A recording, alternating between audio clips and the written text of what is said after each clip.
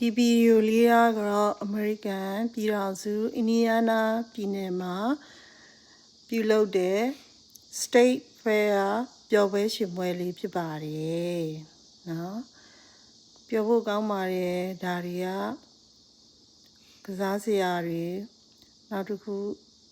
ကလေးတွေအတွက်စားစရာတွေကစားစရာတွေအစုံလင်ပေါ့နော်ပျော်ပွဲရှင်ပွဲပြုလုပ်တဲ့ပွဲဖြစ်ပါတယ်